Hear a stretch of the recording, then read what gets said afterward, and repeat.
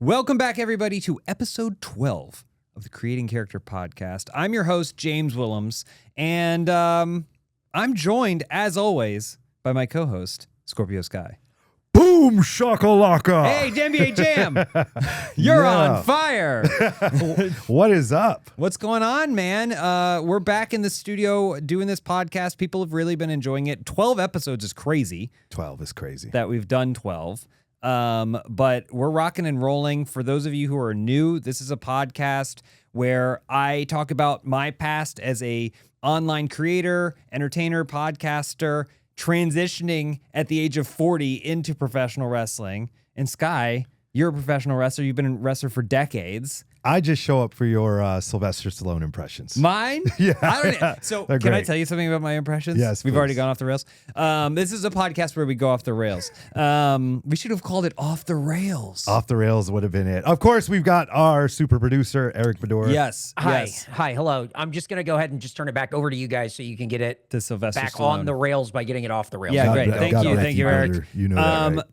When I do a Sylvester Stallone impression, rattling around in my brain, I go, that sounds just like him. I was like, it's like he's in the room with us. Ultimately, when a clip is pulled and it goes online and I watch it, I go, I don't sound a thing like Sylvester Stallone. No, I think you do. I don't sound a thing like him. In my head, it sounds just like he's here. But then I listen to this very clip back, and he doesn't sound nothing like this. If I close my eyes, it's like Sly is in the building. Wow. I'm like, holy cow, we got Sly. That's amazing. Yeah. Can I ask Eric a question that I've been wondering for several episodes? Yeah, absolutely. Sure. You've got What's up? this sticker on your microphone, and it's a syringe, and it says like okay. Yeah. What Yeah. is this about? Drugs, okay. Are we just approving steroid use or something? Well, what is this? It's not necessarily steroid use. What I'm saying is that sometimes when you're out and you are on a schedule for whatever it is that you might have to inject, it's got to be okay. And what we need is these stickers in front of windows. Imagine you're at a Subway and you're like, I'm on a schedule. I've been eating all my protein really good. I've been working out really well. I need my body to recover even faster. But in the Subway, I don't know if it's okay to do the injectables that I've been prescribed by a guy that I found online in Mexico. So what am I to do? You look for this sticker, and then you know, injectables, okay. Injectables. Why do you keep saying that word? Injectables. Injectables. Oh, because No I've using doctor that on the word. planet. Video. I No do not think doctor it on the means what you planet think it means. has ever injectables. said, Yeah. I'm going to prescribe you some injectables. Injectables. Yeah. And they're okay. Sounds I like found YouTube a video. bodybuilder cereal. Oh, that sounds really good. Injectables. That's a great idea. Yeah. That's awesome. Okay. I still don't get it. No, I thought he Well, was, okay, when you okay, confronted so- him about it, I thought he was going to say, I don't want people to feel shame because, say yeah. you're diabetic and you feel Oh. strange about that. He goes, no, if your sketchy Mexican doctor has you on a schedule of hardcore growth hormone, you got to do it at the Subway. Do it, bro. Well, that's the thing that I'm trying to bring light to is I found a YouTube video of a guy going out with other guys who are just so jacked and huge, and they were eating sushi, and then they eat as much as they physically can, and then do what they called were injectables. Okay. Yeah. Injectables. And they said that they don't like being shunned because these people who have diabetes can do their injectables. He kept calling it injectables. Wow. Okay. So what we need a safe space for people to know that injectables are okay. Can I get For the record, Creating Character Pod is a drug-free podcast. Well, it's It is? injectable free. injectable free. You used a very large umbrella term there. that I Yeah, don't every know if once I in a while we prescribe might to. dip into a little double dare, partake, and we are in California. Yeah. Yeah. That being said, right into this camera here, if you have just eaten sushi with your gym bros and you're on an injectable schedule that your doctor has prescribed you to, do not feel shame. You should not feel shame for pulling your pants down or whatever and giving you a hot one right in the cheek, right? After your tuna roll shows up, don't feel bad. That's what life you've chosen to live, right, Eric?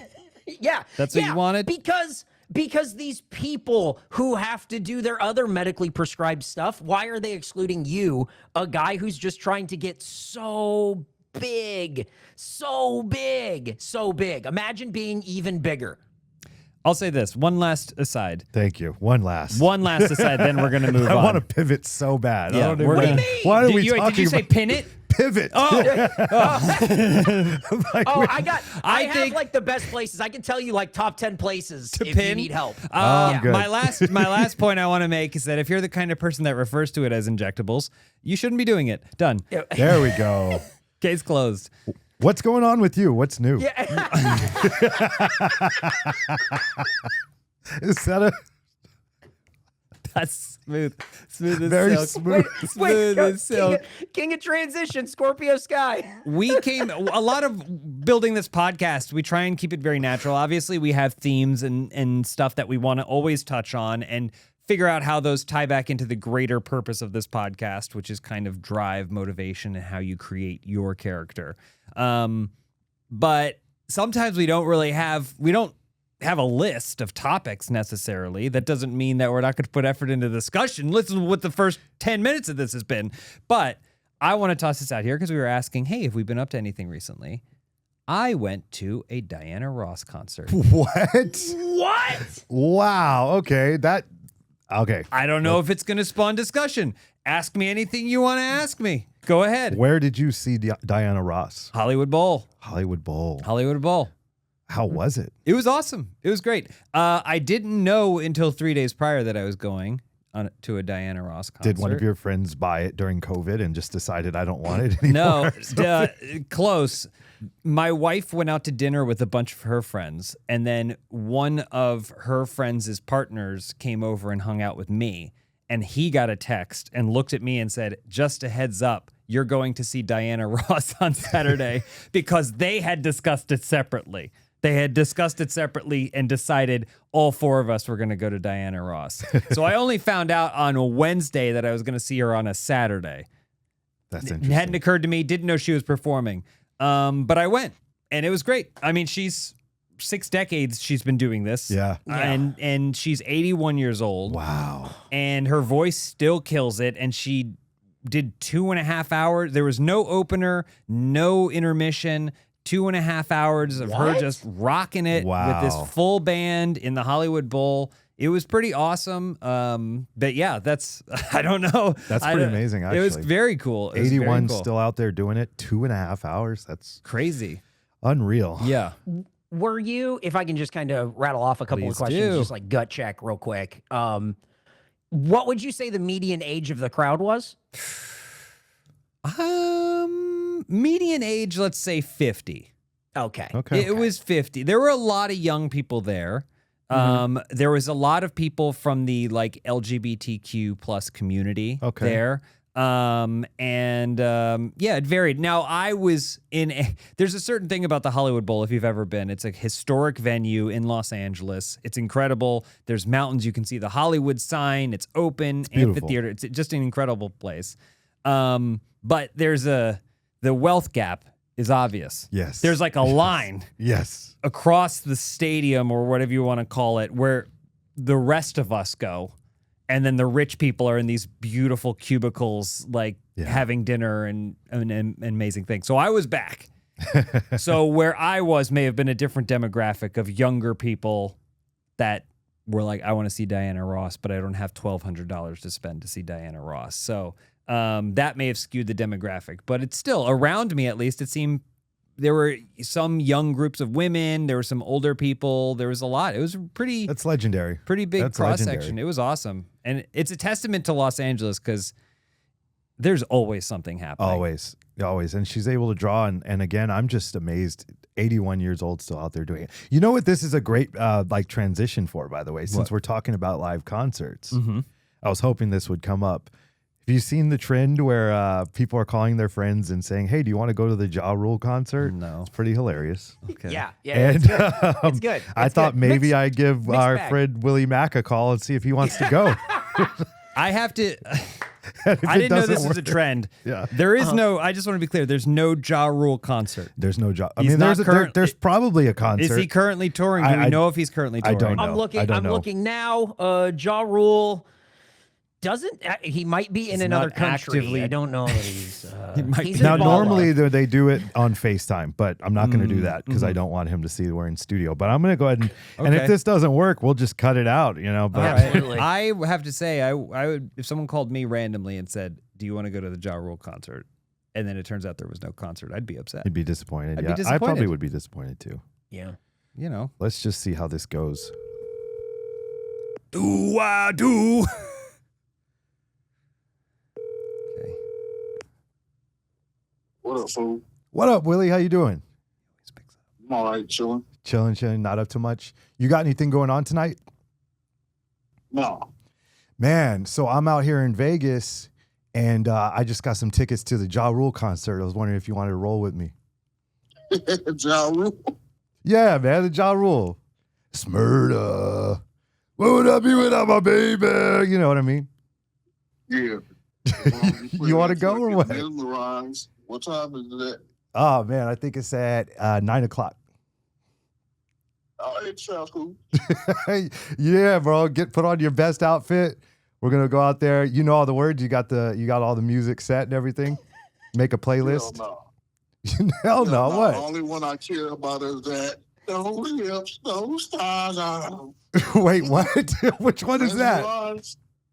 Mesmerize. Oh, How did that one go? I forgot. It was like all I know is those hips and those thighs. Because it's like just hearing them sing a love song try to sing a love song is hilarious. Well, I appreciate your downness, but I have bad news. What? This is just a prank for Creating Character Pod. I don't have Ja Rule tickets. Oh, that's all right. Well, thank you for being down, man. I told you he'd want to go. All right, bye, Willie. Yeah, see y'all later. I told you he'd want to go. He was like, sure. What time do you think you could have said where he go, nah, man? Probably no time. Yeah, I know. It was in Vegas, you know. What time's the concert? 8, 9, yeah, 10, whatever. 11? All right, cool. I was almost going to say like 7, but then I'm like, Vegas. No. He's out in Vegas. So like, Oh, wow. I'm like, 9 o'clock sounds like a Vegas I told show. you people want to go to see Ja Rule. People want to go. I don't know why it's a prank. didn't ask you how Ja much. Rule does a great show. I've seen clips of it online. He does a good show. Oh, I bet. He's got hits. Yeah. Well, he's also, it's not like he's going to go, and here's some stuff from my new album. Right. I hope He's not. only going to do the hits. Wow. He didn't ask you how much the tickets were. No. He only asked you what time. That's a good friend. I should have told him there was a price tag on him. Yeah. You Like, should- I got an extra ticket, $350. Yeah, it's $350. You should be like, it's $350, but I paid $6 for it. I'm just trying to get some back and then see what he says. I appreciate the wealth gap at the Diana Ross concert being very different from the wealth gap at the Ja Rule concert. Oh, yeah. Hey, but the demo, it's the same. Same demo. It's the same Yeah, demo. for sure. It's exactly the same. He just started singing songs. I don't know what. I have no idea what. I've heard Mesmerize. I have no idea what he was singing. I have no idea what he was I don't singing. know. I only know like to all my ladies who be living it up. We had a Ja Rule impression to this show. Yeah, we can. We can. Do I do? In your way head, you does it walk, sound- way you move, the way you talk. That was the banger back in the day. He only did bangers. He did. He only bangers only. Remember when he got involved with Fire Festival? Oh boy. Yeah. Go, Willie, I got tickets to Fire Festival too. Do you want to come with me? I got the tent set up. That's a good Willie friend. probably wasn't the greatest guy to call just because I knew he down. would have been down. He's down. Yeah, he's just down. Yeah. He's a down ass friend. I don't want to keep bothering Willie on this show, but we need to continue to find things until ultimately we can find something where he'll be like, sorry, man, I'm out. Always can't do Willie. that. We're gonna find a way to call Willie every Can do that. single Thank you so much, every Willie. single time we have an idea. Yeah. So. Eventually we might have Willie Mack on the show. Yeah. But I mean, so far, just the one guest in our last week's That episode. is true. Yeah. Yeah. Just the one guest. So Willie, maybe next time. Maybe next time, Willie. Yeah, let us know when you're in town. Sky. Yes. You're back on the road. Yeah, a lot. Yeah. So this is probably, it feels like maybe a big change. How are you feeling? We talked a little bit a couple weeks ago about the stress of travel and how your workday starts, just getting ready to go to the airport. And, but how are you? Do you feel like you're transitioning well into the travel thing? Yeah, I went right back. Like it's like riding a bike. Essentially, I got right back into it, and it's been a lot of fun. Honestly, just getting back out on the road, being backstage, hitting towns. AEW is doing a lot of residencies right now, so we were in Chicago for most of the month. So it's kind of like that makes it even easier because you're taking the same flight every week. You're staying at the same hotel. The routine doesn't change at all, which is again very, very nice. You can get nice acclimated to everything. But I've been busy, whether it be AEW stuff or outside AEW stuff. Man, I've been consistently on the road for about 5 weeks. I don't think I've been home more than 2 or 3 days at a time. Wow. But it's been a lot of fun. I like it. I love that venue.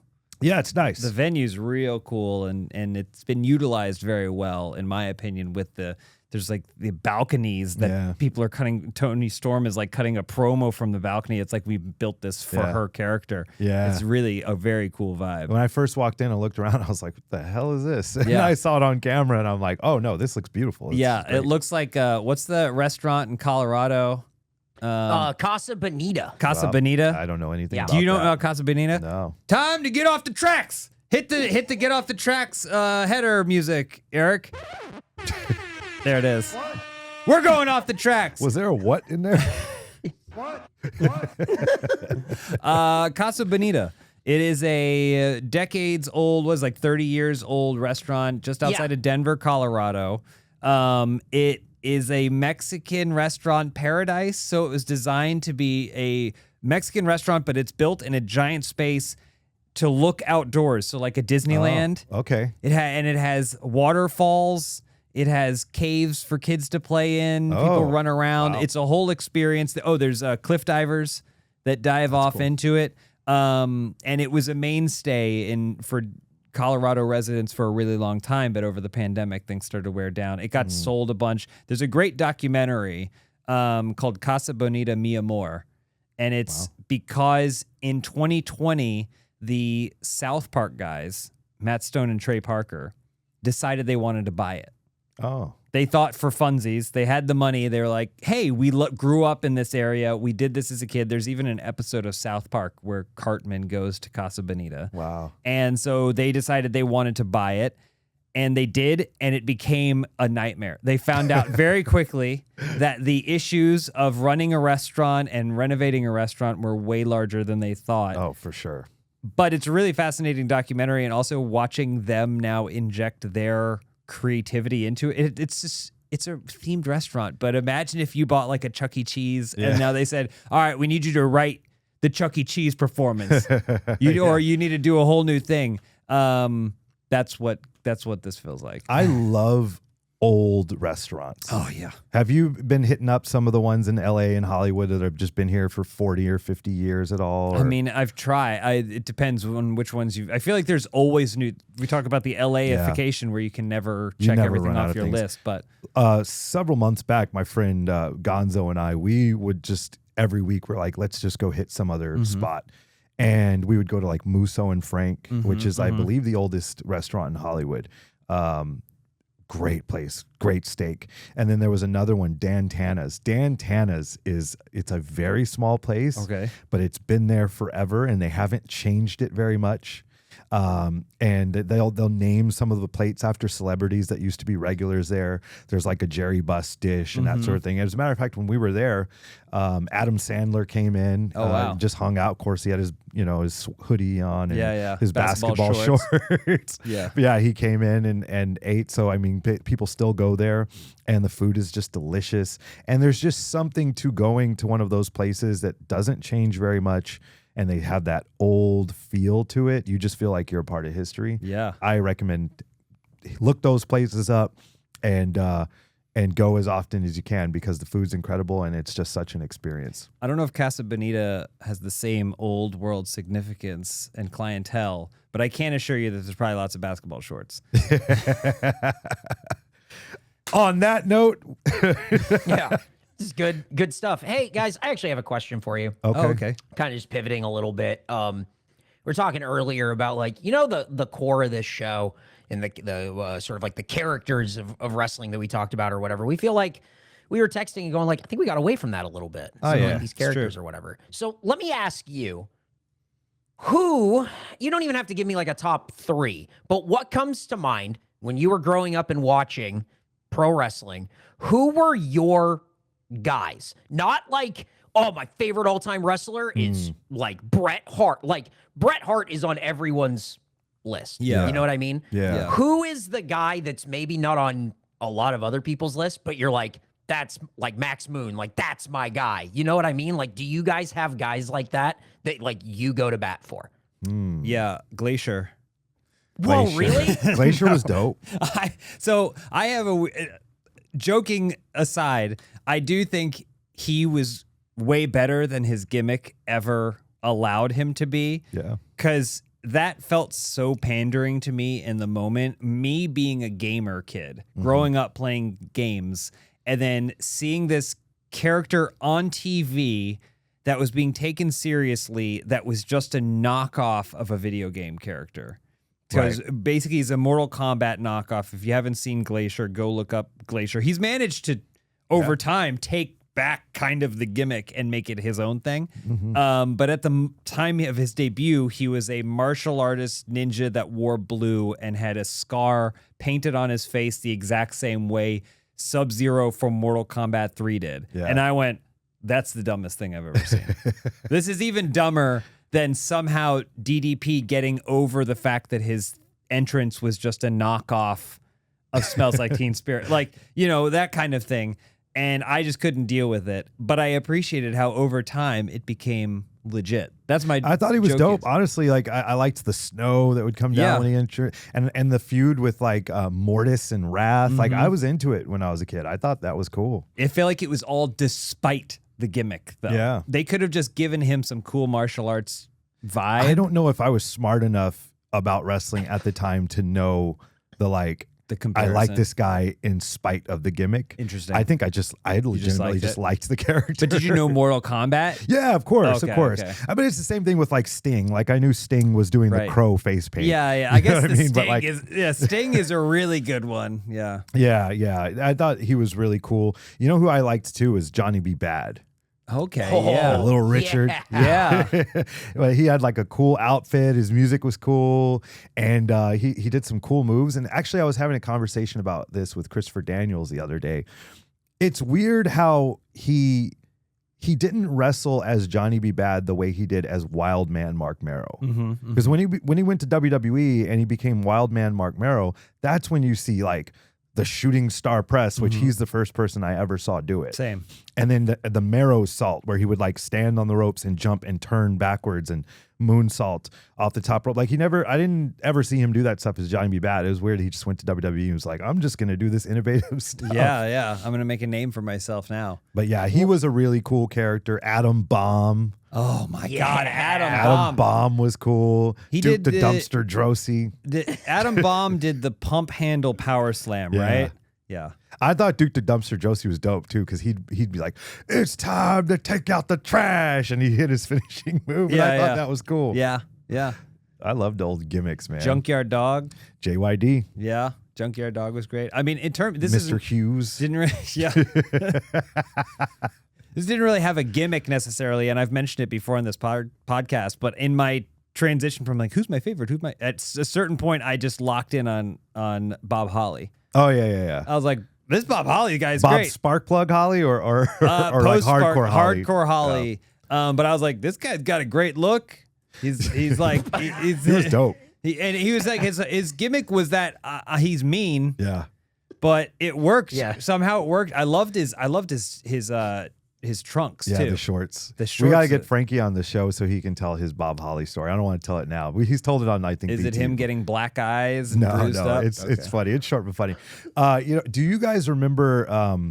God, what was his name? He was like a lumberjack in WCW or something, and he would do a move where he'd like stand on the guy's stomach and like run in place or something. It Do you remember sounds him? familiar, but I can't don't remember his name. I remember. I liked him as a kid. Okay. I liked gimmicks like that, and I liked Van Hammer when he had his like guitar. Oh, was that yeah. his name? Van Hammer, Yeah, Right? Van Yeah. Hammer, dude. Yeah. Hell Yeah, yeah. not the Just second looking- iteration, but like the first one when he was like earlier '90s. Looking for buzzwords was so much of finding gimmicks. Like, what's hot right now? Yeah. It's crazy. Van Hammer. Van Hammer. The Mountie. That's awesome because The I'm Mountie. I putting hated all the of these Mountie. names into like the description and all like the show notes or whatever, and they will result in no searches. Like Oh, no no. one is going like, let me just type in Van Hammer and see what anyone's Yeah. been posting about lately. Okay, here's one.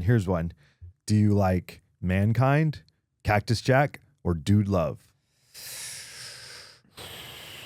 Definitely not Dude Love. Yeah, he's third for sure. Definitely not Dude Love. I guess I'm going to go Mankind is Mankind. number one, Cactus Jack number two, only because I was aware of Cactus Jack, but that was like such an underground. That's where he built the foundation for Mankind to be a thing. And so when he returned as Cactus Jack, I was aware. I was like, oh yeah, I guess he was the guy that did that. But I didn't have the requisite experience to know how much he had put into Cactus Jack. I did like the storyline in WCW where he was like missing or something, and he had like amnesia or something like that. You know what I'm Oh, I talking don't about? remember Am I ringing that. that? Yeah. And that was a cool storyline. And but yeah, I agree with you. Mankind was obviously we're getting later into the 90s now, but like he was different Yeah. and so cool. Yeah. He had a good look. He looked different from everyone else. His finishing move was so different. Yeah. Like, I just, man. it was crazy how much everything changed when he did his finishing move, because I was like, I would just confidently, I was like, did you know that there is a nerve underneath your tongue that when pressed Yeah. induces paralysis I would across hate, the whole I would body? hate taking that move. I don't want anyone sticking their Oh, no. fingers in my No, mouth. that looks I'd bad. be like, oh. Well, Britt Baker would do her, Yeah, she'd she do does her hold, and then they wouldn't tap until the fingers went in. I wouldn't be able to do it. Ugh. I'm like, Mick, oh. He's like, it's okay. It's just a sock. Yeah, but a it was in your sock. pants, Oh, in no. your crotch for most Yeah. of the match. Which we know gets nasty, whatever material he used. Mankind was a great gimmick. Yeah. Jumping forward a little bit too, I want to talk about Kurt Angle. Okay. Ooh. Because I have always admired the layers to his character. Mhm. And I love how he can be the like bubblegum goody two shoes Kurt Angle. He could be the like nerdy, funny little cowboy hat on his head Kurt Angle, but he can also be like the mouthpiece, badass, shaved head, almost MMA Kurt Angle, and they're all believable. Oh, yeah. And I just love that there's not that many people that have that, where those many layers, where you could just go so many places with that character. So cool. He for a time was definitely my top, one of my favorites, because I don't think of anyone else who took to wrestling faster than he did. I don't think In all capacities. Obviously, he had a great look. He's an Olympian. He'll tell us that. But I remember the promos leading up to his debut where I'm a gold medalist, I'm a babyface, I represented this country with a broken neck, and now I'm bringing those skills to WWF or whatever. Right. And he debuted, and it was like, okay, all right. I remember his first promo. He's like, I have gold medals, and everyone's like, okay, but what are you gonna do? I think he won some sort of squash match, but it didn't click. And in my mind, the next week he came out and was, why aren't you cheering for me? Don't you understand? I'm a gold medalist, and it went full heel in just an incredible amount of time. And I always admired that, because in my mind, I was like, this isn't working. I want to cheer for you, but this isn't working. And I feel like it was 1 week later, I've completely reinvented it. I haven't changed my gimmick at all, but I'm pivoting based on your energy to exactly what you need, and it's to boo me because I keep reminding you that I have gold medals. Yeah. And then he came in rode at, that wave. 98? Was that when he started? That Late sounds 97? Yeah, right. No, it I think like, it was 98. It was like right? 98, 99. Yeah. And like by 99, he was main eventing, I believe. Yeah, he was like the guy. Yeah, like they like. You have to remember, like 97 is a lot of like the Brett and Sean and Stone Cold and Gold Dust not being Gold Dust anymore, and Mark Henry and the red, white, and blue. Like it was like a really different thing. And then for some reason, like that 97 into 98, it was like such like a hard cut, and they made like big changes. And then 99 is like a totally different landscape. It's crazy how fast it moved. It's weird to even compare 97 and 98. Yep. Like if you think about like Kurt Angle, I believe he was around in 98, but then Bret Hart was in 97. Those are two completely different companies. It's wild. It's weird. And then you brought up Gold Dust. I mean, I can't believe we haven't brought him up earlier. Yeah, that's a perfect example. One of the best characters ever. Yes. Ever. Completely agree. When he when they were showing those video packages for him to debut, and I loved how he used to always quote a movie. Like that was so cool. He'd say something and he'd name the movie for what year it was. Like so innovative. And I didn't know it was Dustin Rhodes at first. I like had no idea. When they showed those first promos. I think I figured out when he wrestled because he took the wig off and everything. But gosh, man, I was watching Dustin wrestle last week, and I'm still amazed at like how good he really is. Yeah. He was wrestling Lee Moriarty, and I was just like, damn, this guy's so good. I was watching that and literally commented to my friend who watches it with me but doesn't care. We work out and put it on, and he doesn't care as much. But when he hit his power slam, it's like he's been doing that move for 30 years or something, and it still looks great. Yeah. Like it still looks great. I kind of feel similarly about the lion salt. Yeah. Where if Jericho went, no, thank you, I don't want to do it anymore. Yeah. I would go completely understand. Totally understand. Why would you? Yeah. Why would you? Dustin, he's a guy. I was watching that match and I was like, damn, I want to wrestle Dustin. Yeah. At some Hell point, yeah. I need to get in the ring with Dustin. Yeah. Man. That would be For so sure. cool. I think great. that would be killer. I was at All In. It was in Dallas, so we're Arlington, so it wasn't too far or whatever. The change that they made to the Adam Cole match was adding like Dustin and Sammy and Daniel Garcia and everything. And the ovation that like Dustin Rhodes got, and then he won, and the place like came unglued. Yeah. Like he's a Texas guy. He's got a school here in Austin. And dude, he is just like, what a career to go from what, like 88, 89 when he started to it's 2025 and he's cooking. Like he's a very like must-see guy right now. It's awesome. It's really, really, really cool to see. Yeah, I think it's great that he won the TNT title in Arlington, you know, in front of that big audience. I wish I could have been in that match. Yeah. I remember watching it live and thinking, damn, man, I would have loved to be in this Right. match. He got 1, 2, you roll him up, 1, 2, 3.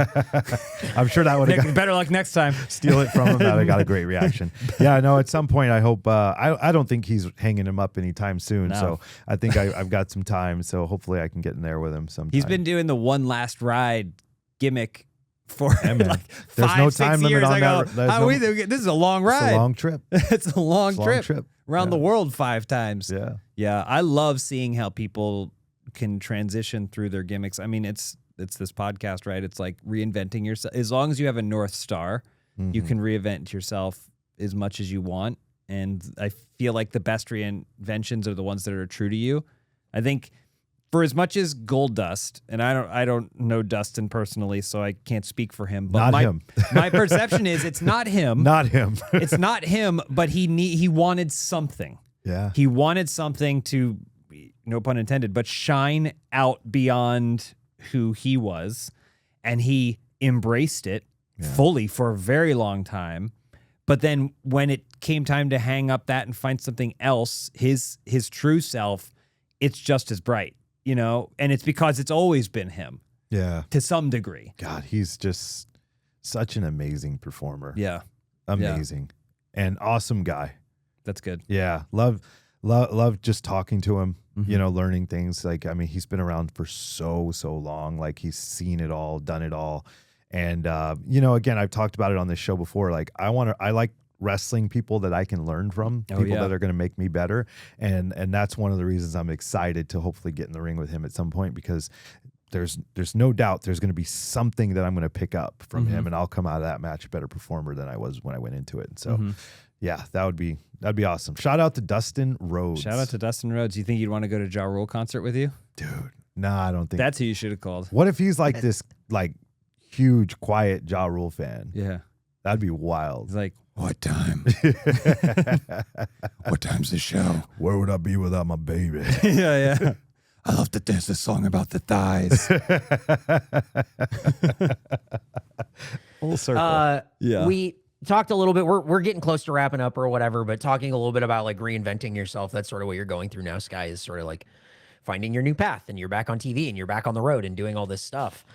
And it could just as easily go the other way, because we've seen a lot of people like reinvent themselves that don't find the next path and everything. And that's hard also. You talked about Mark Marrow, and he's the wild man and all that stuff. His gimmick was that he was a boxer and then he did a shooting star press. Yeah. Like, you know what I mean? Like, you got to like find the character, and when you reinvent yourself, you have to have like a vision. And it feels like with the stuff you're doing right now on Collision, it feels like you've got a vision and you're seeing some stuff through. The best character is if you can just go out and be yourself. You know, they say obviously turn the volume all the way up. If you can just go out and be yourself, that's what everyone's doing. That's what Stone Cold Steve Austin did. That's what John Cena does. Like the greats, you know, Bret the Hitman Hart, you know, for whatever it was worth. Like they go out and they're a version of themselves. And then it goes back to layers. There's different layers of yourself. Obviously, the guy that walks to the ring isn't going to be the same guy that is sitting here and chopping it up with you. But I might have a backstage interview where I'm chopping it up like this. Some days I might be annoyed or frustrated by something that's happening, and I might be amped up a little bit and yelling. I think it's really important to show those different layers and make your personality authentic and just be who you are. And how would this person react if this was a situation that they were faced with? And I think that's where the fun comes in, you know, and I'm happy with where things are going, and I can go out and just authentically be myself. I don't have to feel like I'm playing something that I'm not. Yeah. So, yeah. I'd like to offer an alternative perspective. Gold Dust 2. Cheeky prankster. Cheeky prankster. You prank call and you do pranks on people in the locker rooms, and they get frustrated with you, so then you have to have a match with them. People will be, so there'll be a backstage interview with Kyle Fletcher. He's talking about how he wants the TNT title, blah, blah, blah, blah, blah. He's talking to Renee. His phone rings. He answers it. What do you want? And then it's you on the other end going like, hey, Kyle, just curious, you want to go see Ja Rule or something? Just want to say goodnight to you, man. And he's like, what's going on? And then it cuts to you, and you're laughing and giggling, but now you have to wrestle him. I think you're onto something, honestly, because I was just watching this story about this TikTok pranker that might go to jail for 9 years.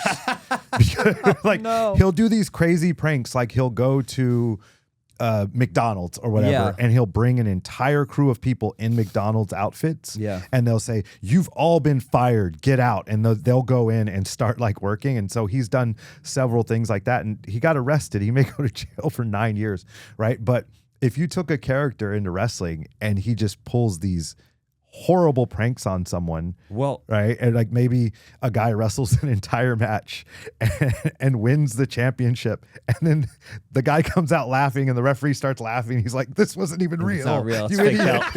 Look at the details. It's a fake belt. It's not even a fake. It's not even a real Check championship. the contract. Everything says that's extreme. You should do something like that. No, that's not for me. I don't know. You're doing it on the show. You're doing it on the show. Prank calls. That would be funny though. And then you do the trends and stuff, and so then you get the double because you're doing the trends on your social media.